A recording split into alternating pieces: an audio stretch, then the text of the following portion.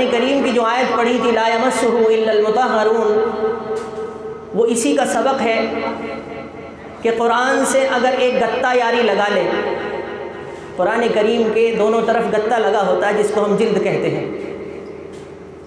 कितनी महंगी किताब क्यों ना हो, लाखों करोड़ों की किताब क्यों ना हो, लेकिन जब वो गल जाती है, बोसीदा हो जाती है, उस गत्ते को कूड़े में बेच दिया जाता है, उस गत्ते को कबाड़ में बेच दिया जाता है। लेकिन कुरान की यारी देखो कि जिस गत्ते ने कुरान से यारी लगाई, अल्लाह की कसम उसको सबसे पहले तो आदमी बेवजू छू नहीं सकता, बेवजू उस गत्ते का हाथ नहीं लगा सकता। अभी कुरान खोलने का नंबर नहीं आया, कुरान उससे बहुत दूर है, कुरान से वो बहुत मोटा है, लेकिन फिर भी ला यमस्सुहु इल्लल मुतहहरून, उसको आदमी बेवजू हाथ नहीं लगा सकता।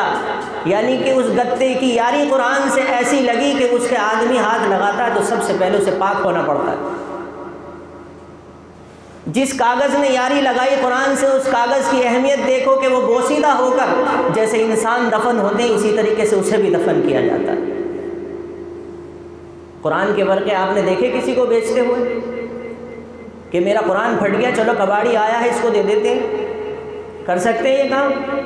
बोलिए, नहीं कर सकते। तो ये अज़मत है कुरान की कि वो कागज़ अगर किसी और महंगी किताब में लग जाता और उसे पढ़कर जब आप बोसीदा कर लेते, या आपका बच्चा ग्रेजुएट कर 10वीं 12वीं पढ़कर जब फारिग हो जाता तो उस किताब को आप क्या करते? कबाड़ी को बेच देते। लेकिन कुरान एक ऐसी चीज़ है कि नस्ल दर नस्ल आपके घर में रहेगा, लेकिन कभी भी आप ये नहीं कहोगे कि ये बोसीदा हो गया, चलिए इसको आज कबाड़ी को दे देते।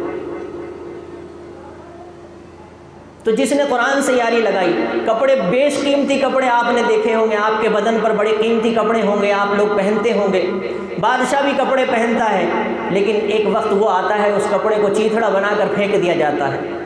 लेकिन जिस कपड़े ने कुरान से यारी लगाई, जो कपड़ा कुरान से लग गया, जो कपड़ा कुरान के साथ लिपट गया, अल्लाह की कसम क़यामत तो आ सकती है लेकिन मुसलमान उसकी बेहुरमती नहीं कर सकता।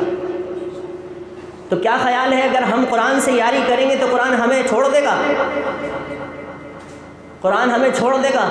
अगर कुरान इतना ही बेवफा होता तो ला यमस्सुहु इल्लल मुतहहरून, अल्लाह यूँ ना कहते कि ओए बग़ैर वज़ू के इजाज़त नहीं इसे हाथ लगाने की, ये इतनी पाक किताब है, इतनी मुक़द्दस किताब है, उसके कपड़े को भी इजाज़त नहीं है कि हाथ लगाए तो बग़ैर वज़ू के।